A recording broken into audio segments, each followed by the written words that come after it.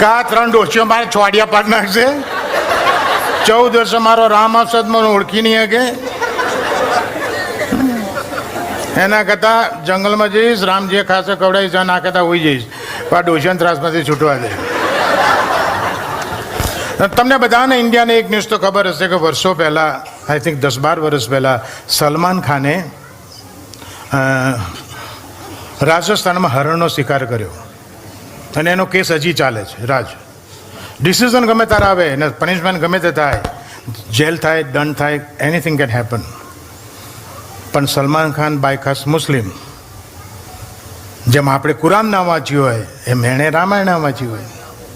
બાકી રામાયણ વાંચ્યું તો ગાંડાને ખબર પડે કે ગાંડા હરણની વાંહે ના પડાય.